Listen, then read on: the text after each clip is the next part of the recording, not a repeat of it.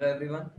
तो बेटा आज हम बोहर मॉडल के क्वेश्चंस को करने वाले हैं which are based on radius और वेलोसिटी। ठीक है, तो मैंने जो क्वेश्चंस दिए थे उन क्वेश्चंस को डिस्कस कर लेते हैं एक बार। तो सबसे पहले क्वेश्चन नंबर अगर मैं 56 की बात करता हूँ, ठीक है, क्वेश्चन नंबर 56 बहुत सिंपल क्वेश्चन है।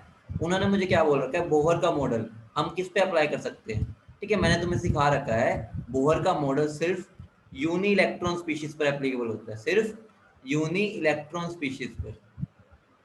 ठीक है, अब इनमें से अगर मैं देखना चाहूँ यूनी इलेक्ट्रॉन स्पीशीज कौन कौन सी है, तो मैं साफ साफ दिख रहा है कि सिर्फ जो ए है, ठीक है, वो मेरी यूनी इलेक्ट्रॉन स्पीशीज है, क्योंकि सोडियम के पास होते हैं 11 इलेक्ट्रॉन्स, उसने 10 लूज कर दिए तो 1 इलेक्ट्रॉन बचा। ठीक है, बाकी सारे अगर तुम देखोगे किसी में भी 1 इलेक्ट्रॉन नहीं है, तो आंसर नंबर क्या हो जाएगा, ए। ठीक है, उसके बाद मैं 57 क्वेश्चन की बात करता हूँ। 57 पे उसने बोल रखा है रेडियस ऑफ फर्स्ट ऑर्बिट, ठीक है, हाइड्रोजन एटम की एक्स। तो मतलब मैं क्या बोल सकता हूँ, यहाँ पर उसने R1 की वैल्यू दे रखी है, तो कितना हो जाएगा 0.529 इंटू एन स्क्वायर होता है, तो यहाँ पर 1 का स्क्वायर बाय 1, जिसकी वैल्यू उसने मुझे एक्स एंगस्ट्रॉम गिवन है। ठीक है, अब उसने मुझे बोला हुआ है लिथियम 2 प्लस आयन। ठीक है, अगर मैं लिथियम 2 प्लस आयन की बात करता हूँ, उसके अंदर वो सेकंड शेल की रेडियस बोल रहा है। ठीक है, तो R2 की वैल्यू निकालनी है, वो क्या हो जाएगा 0.529, ठीक है, इंटू एन स्क्वायर। बेटा यहाँ एन की वैल्यू क्या हो गई, सेकेंड ऑर्बिट है, तो 2 का स्क्वायर डिवाइड बाय लिथियम के लिए अगर मैं जेड की वैल्यू बात करूं तो वो होती है 3। ठीक है, तो क्या बन जाएगा ये 4/3 इंटू 0.529। बेटा देखो, ऊपर मैंने जब वैल्यू को सोल्व किया है तो x की वैल्यू यही 0.529 ही आई है। इसका मतलब मैं 0.529 की जगह x लिख सकता हूँ, तो मेरा आंसर क्या आ जाएगा 4/3 x एंगस्ट्रॉम मेरा आंसर हो जाएगा। बेटा ठीक है, तो इसमें से ऑप्शन नंबर मेरा कौन सा हो जाएगा, ऑप्शन नंबर बी।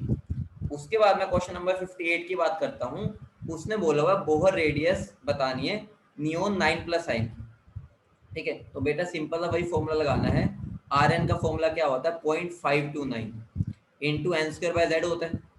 ठीक है, अब मुझे पता है उसने यहाँ पर R9 की वैल्यू पूछी है। ठीक है, तो अगर मैं R9 की बात करता हूँ, ठीक है, radius of neon 9 plus sign in ground state, sorry बेटा उन्होंने R1 की वैल्यू पूछी है। ठीक है, तो यहाँ पर अगर मैं बात करता हूँ तो सिंपल है 0.529 इंटू क्या हो जाएगा, इंटू हो जाएगा 1 का स्क्वायर, और मेरा नियोन का जो मेरा जेड होता है वो होता है 10। तो आंसर मेरा क्या बन जाएगा बेटा 0.0529 एंगस्ट्रोम। तो ये मेरा क्या हो जाएगा आंसर। तो ऑप्शन नंबर मेरा कौन सा सही हो जाएगा, ऑप्शन नंबर बी। ठीक है, अगली बात करता हूँ क्वेश्चन नंबर 59 की।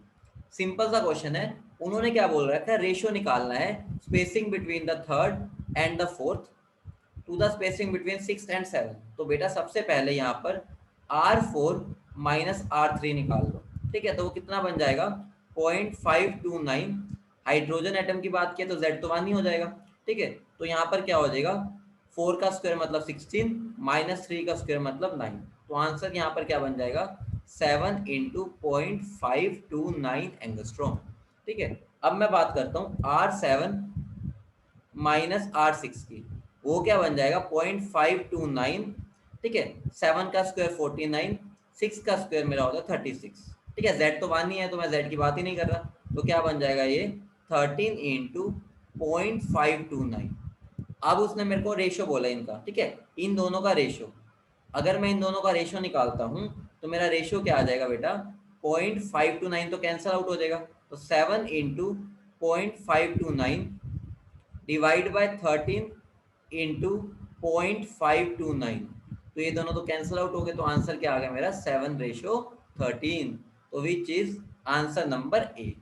ठीक है बेटा, अब क्वेश्चन नंबर 60 की बात करता हूँ। मुझे उसने क्वांटम नंबर n बोला है। ठीक है, मतलब उसने शेल का नंबर ही बोला है, क्वांटम नंबर n मतलब शेल का number for a circular orbit of hydrogen, जिसमें मुझे डायमीटर दे दिया। ठीक है, तो अगर मैं बात करूं, उसने मुझे डायमीटर दे दिया है जो कि है 10⁻⁻5 सेंटीमीटर। ठीक है, जिसको अगर मैं एंगस्ट्रोम में कन्वर्ट करना चाहूँ, वो क्या बन जाएगा 10⁻⁻5 इंटू 10⁸ एंगस्ट्रोम, क्योंकि मुझे पता है 1 सेंटीमीटर में 10⁸ एंगस्ट्रोम होते हैं। ठीक है, तो मेरा आंसर क्या आ जाएगा 1000 एंगस्ट्रोम। अब मुझे अगर इसी की आर एन निकालनी हो तो मुझे क्या करना पड़ेगा, इसको 2 से डिवाइड, ठीक है, तो मेरा क्या बन जाएगा वो 500 एंगस्ट्रॉम। बस हो गया क्वेश्चन, मेरा कुछ बचा ही नहीं। अगर मैं ये निकाल चुका हूँ तो मैं क्या कर सकता हूँ, बहुत सिंपल है, मैं आर एन को, ठीक है, मतलब कि 500 एंगस्ट्रॉम को 0.529 एन स्क्र बाय जेड के इक्वल कर सकता हूँ, ठीक है। जेड या मान हो जाना तो मैं लिखने की जरूरत ही नहीं है। तो ये मेरा एन स्क्र क्या बन जाएगा, 500 बाय 0.529, ठीक है, which will be equal to N square. तो यहाँ पर अगर मैं इसको सोल्व करता हूँ, मेरा ये बन जाएगा 945 which will be equal to N square.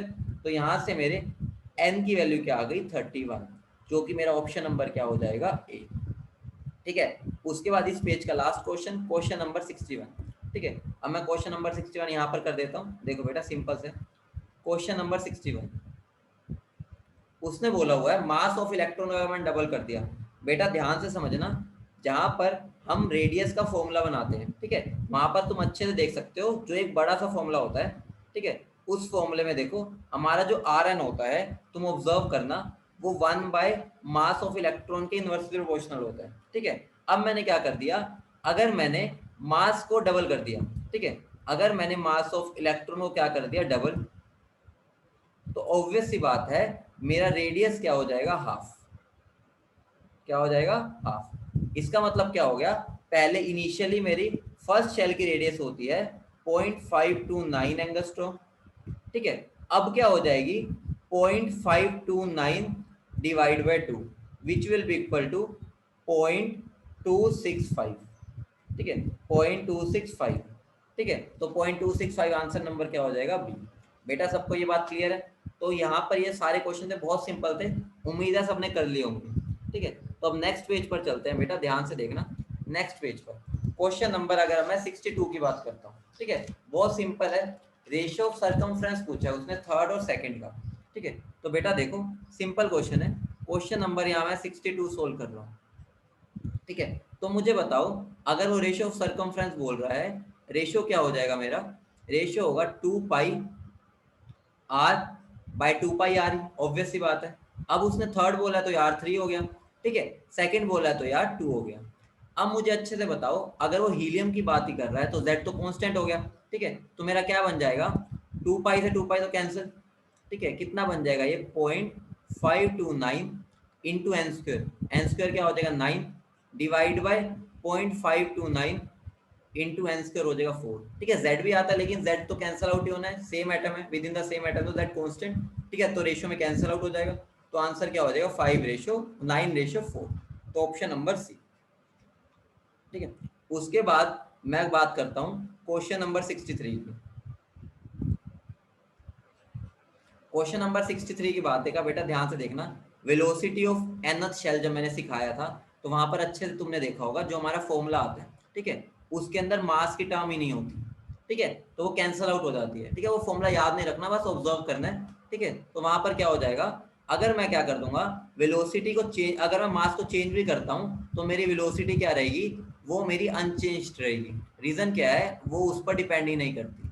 तो आंसर नंबर क्या हो जाएगा 63 का ए, ठीक है। उसके बाद क्वेश्चन नंबर 64 बेटा, देखो सिंपल क्वेश्चन है सारे, बस बेसिक्स है, इंग्लिश मतलब वो लैंग्वेज में फंसा रहे तुम।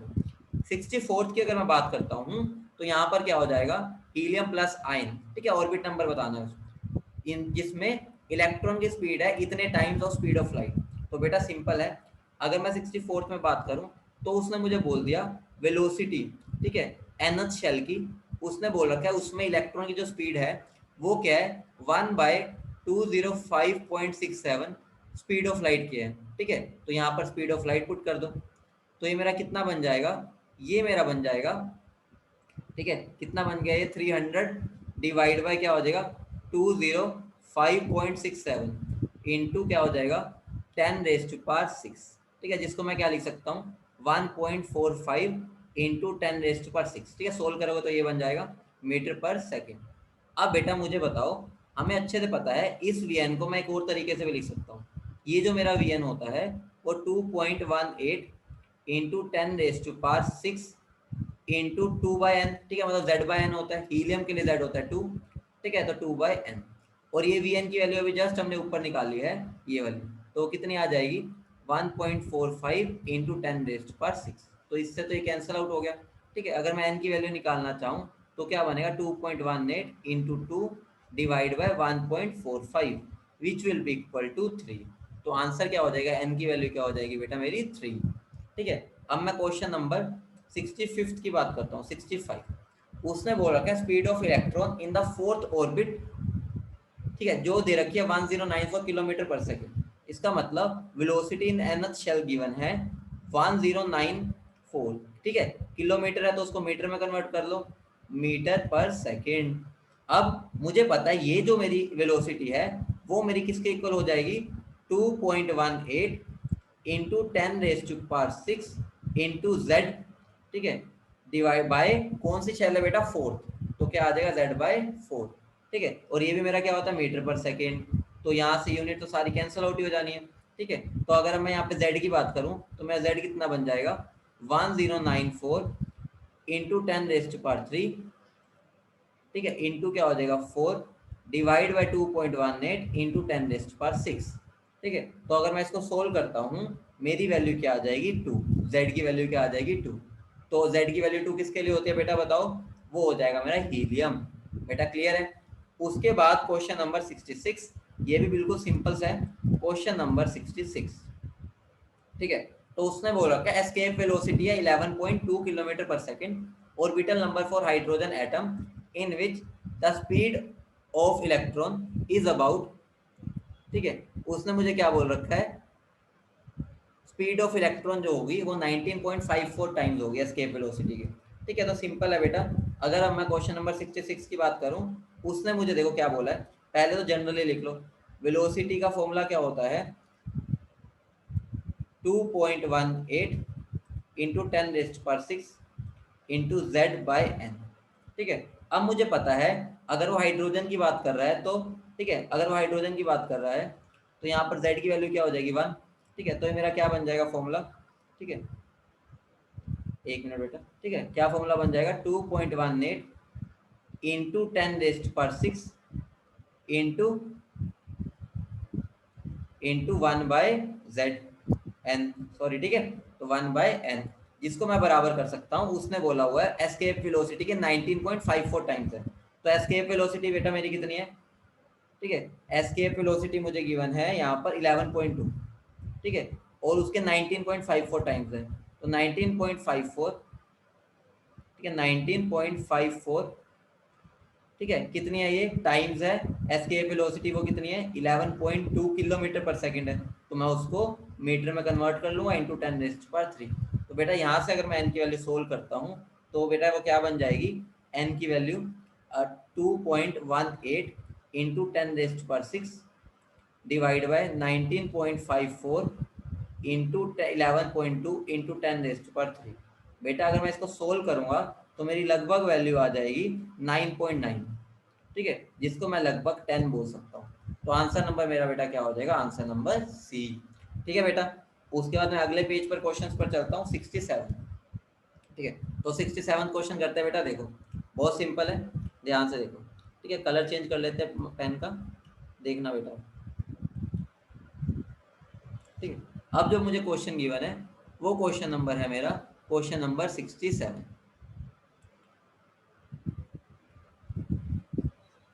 तो उसने बोल रखा है ratio of speed of electron in the ground state, ठीक है, और to the speed of light. बेटा सिंपल है। ठीक है, अब उसने मुझे वेलोसिटी दे रखी है। ठीक है, वो क्या गिवन है वो तो हमें निकालनी है, तो वो कितनी होती है 2.18 इंटू 10⁶ होती है। ठीक है, मीटर पर सेकेंड। और मुझे स्पीड ऑफ लाइट पता है वो कितनी होती है 3 इंटू 10⁸ मीटर पर सेकेंड। ठीक है, तो मुझे बताओ उन दोनों का अगर मैं रेशियो लेना चाहूँ, अगर मैं इन दोनों का रेशियो ले लूँ तो कितना बन जाएगा 2.18 इंटू 10⁶ डिवाइड बाय 3 इंटू 10⁸, जिसको अगर मैं सोल्व करूँ, ठीक है, तो मेरा कितना बन जाएगा 2.18 डिवाइड बाय 300। ठीक है, तो मेरा रेशियो क्या बन गया 2.18 रेशियो 300। सिंपलेस्ट रेशियो निकालने जो छोटा नंबर है तो दोनों को उससे डिवाइड कर दो, ये क्या बन जाएगा 1 रेशियो।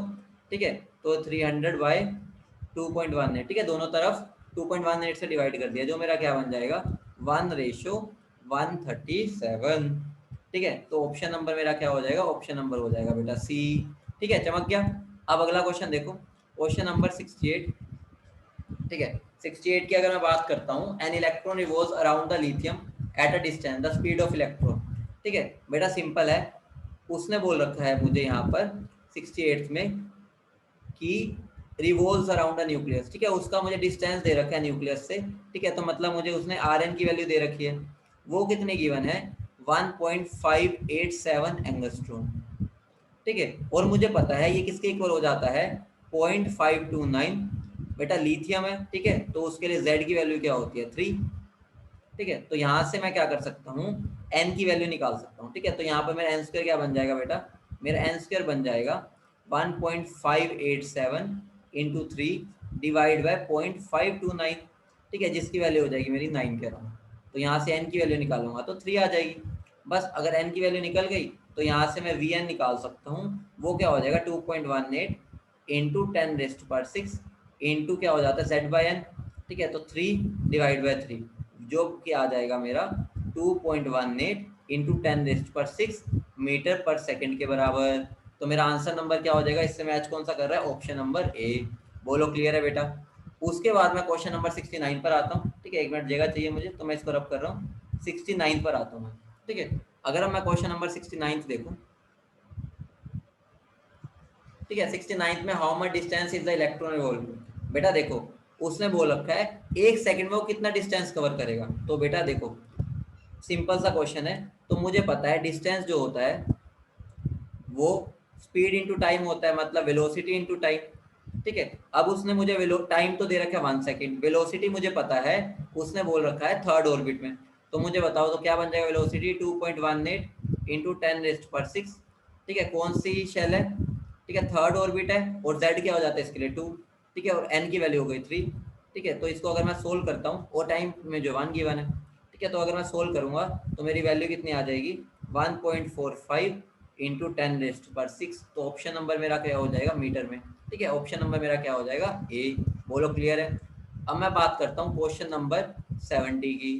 70 में उसने मुझे क्या दे रखा है, the ratio of time taken by electron around in the, देखो बेटा, time taken by the electron in revolutions around the hydrogen nucleus. बेटा ये टाइम पीरियड ही है, तो मैं तुम्हें सिखा रखा है, टाइम पीरियड जो होता है वो डायरेक्टली प्रोपोर्शनल n³/z² होता है। बेटा याद करो, तो मैं लिख सकता हूँ T1/T2 इज इक्वल टू, क्या लिख सकता हूँ बेटा, n1 का क्यूब बाय z1 का स्क्वायर इंटू z2 का स्क्वायर बाय n2 का क्यूब।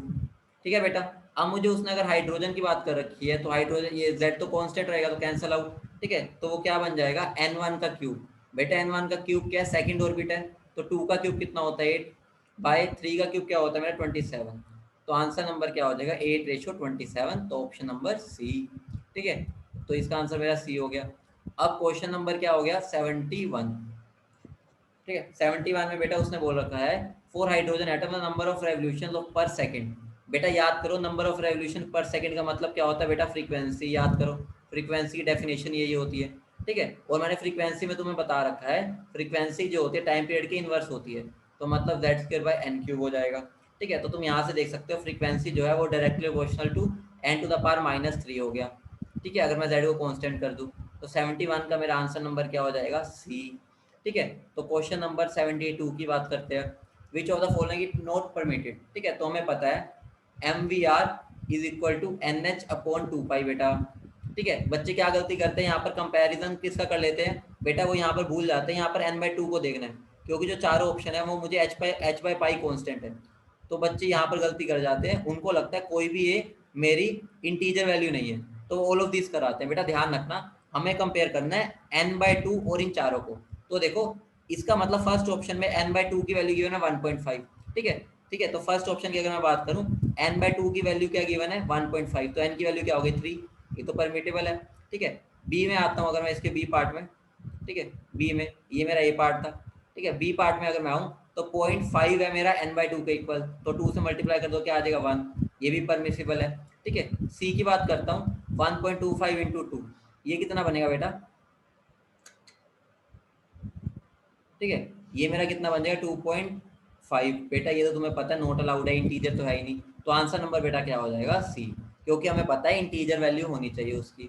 ठीक है बेटा, उसके बाद अगर मैं बात करता हूँ उसके बाद है क्वेश्चन नंबर 73। ठीक है, तो 73 को देखते हैं एक बार। ठीक है, तो 73 को देखो बेटा फटाफट से, सिंपल सा क्वेश्चन है। अगर मैं यहाँ पर 73 की बात करता हूँ, उसने बोल रखा है अगर मैं इलेक्ट्रॉन को जंप कराता हूँ, ठीक है, from one two another orbit, angular momentum double हो जाता है। देखो बेटा, मुझे पता है एमवीआर को हम एंगुलर मोमेंटम बताते हैं, जिसका सिंबल होता है एल, जिसके इक्वल होता है वो एनएच अपॉन 2 पाई के। देखो इसका मतलब एल क्या होगा, डायरेक्टली प्रोपोर्शनल टू एन, मतलब जैसे मैं एन को डबल करूंगा एल डबल हो जाएगा। ठीक है, इसका मतलब मैं क्या बोल सकता हूँ, उसने बोल रखा है एंगुलर मोमेंटम डबल हो गया, इसका मतलब क्या हो गया, मैंने एल में एक ट्रांजिशन किया होगा, मतलब मैं यहाँ से बता सकता हूँ मेरा ट्रांजिशन एन से एन प्लस वन हुआ होगा, तो वही तो डबल हुआ ना, मतलब कि एक स्टेप ऊपर गया तो मेरा एंगुलर मोमेंटम भी डबल हो गया। तो मैं पहले अगर वन में था तो टू में चला गया हूँ, टू में था तो थ्री में चला गया हूँ। ठीक है, तो अब देखो उसने बोला है डिस्टेंस, तो बेटा तुम्हें पता है आर जो होता है वो directly proportional to N square होता है। ठीक है, रेडियस, तो इसका मतलब अगर एन बढ़ा, मतलब अगर मुझे मैंने एन को डबल किया तो एल डबल हो गया, तो रेडियस तो एन स्क्वायर के डायरेक्टली प्रोपोर्शनल है, तो यहाँ पर रेडियस क्या हो जाएगा बेटा, 2 का स्क्वायर, मतलब 2 का भी स्क्वायर हो जाएगा, तो मतलब 4 टाइम्स हो जाएगा। तो आंसर नंबर क्या हो जाएगा, आंसर नंबर हो जाएगा बी। बेटा क्लियर है, सिंपल है, रिलेशन निकाला है, एंगुलर मोमेंटम एन के डायरेक्टली प्रोपोर्शनल है अगर, और वो डबल हो रहा है, मतलब एन को डबल करने पे एल डबल, इसका मतलब क्या हो गया, एन मैं अगर वन में था तो टू में चला गया, टू में था तो थ्री में, तो इसका मतलब रेडियस जो है, रेडियस तो ऑब्वियस ही बात है एन का स्क्वायर के डायरेक्टली प्रोपोर्शनल है, तो वो क्या हो जाएगी एन का स्क्वायर। ठीक है, तो अब आगे बात करता हूँ अगर मैं क्वेश्चन नंबर 74 में। बेटा देखो एंगुलर मोमेंटम जो होता है एम वी आर, जिसको मैं एल से लिखता हूँ, वो होता है एन एच अपॉन 2 पाई के। ठीक है, अगर मेरा सेकंड ऑर्बिट ऑफ हाइड्रोजन, ठीक है, उसकी वैल्यू अगर एक्स, तो बेटा तुम्हें यहाँ पर साफ साफ दिख रहा है, यहाँ पर कोई मतलब नहीं है उसको कि z की वैल्यू क्या है। ठीक है, इसका मतलब मैं ये बोल सकता हूँ कि एंगुलर मोमेंटम को z से मतलब नहीं है। ठीक है, इसका मतलब यहाँ पर क्या हो गया, सिर्फ अगर n को मैं सेम रखूंगा, n की वैल्यू 2 ही है, तो उसके लिए भी एंगुलर मोमेंटम की वैल्यू x ही रहेगी। बेटा समझ गई, तो आंसर नंबर क्या हो जाएगा ए। ठीक है, उसके बाद लास्ट क्वेश्चन जो कि है क्वेश्चन नंबर 75। ठीक है, लास्ट क्वेश्चन 75, देखो बेटा एंगुलर मोमेंटम दे रखा है, बेटा सिंपल सा क्वेश्चन है। 75 की बात करूं तो मेरा एंगुलर मोमेंटम क्या होता है, एन एच अपॉन 2 पाई। ठीक है, तो मैं ये बोल सकता हूँ एल है जो डायरेक्टली प्रोपोर्शनल टू एन। ठीक है, सीधी सी बात है। अब मुझे एक बात बताओ, अब जो मेरा आर एन होता है, आर एन रेडियस, वो एन स्क्वायर के डायरेक्टली प्रोपोर्शनल है, तो मैं बोल सकता हूँ एन डायरेक्टली प्रोपोर्शनल है आर टू द पावर 1/2 के। ठीक है, आर एन डायरेक्टली प्रोपोर्शनल है। ठीक है, अब मुझे बताओ अगर एन रेडियस के 1/2 डायरेक्टली प्रोपोर्शनल है, तो यहाँ पर पुट कर दो, तो मेरा जो एल हो जाएगा वो भी डायरेक्टली प्रोपोर्शनल क्या हो जाएगा, आर टू द पावर 1/2। ठीक है, तो यहाँ से मेरा ऑप्शन नंबर क्या हो जाएगा, ऑप्शन नंबर हो जाएगा बेटा बी। समझ गए सारे, तो क्वेश्चन तो बहुत आसान थे, उम्मीद है सारे बच्चे सब समझ गए। ठीक है, तो भाई इसको भी हम यहीं पर खत्म करते हैं। ओके।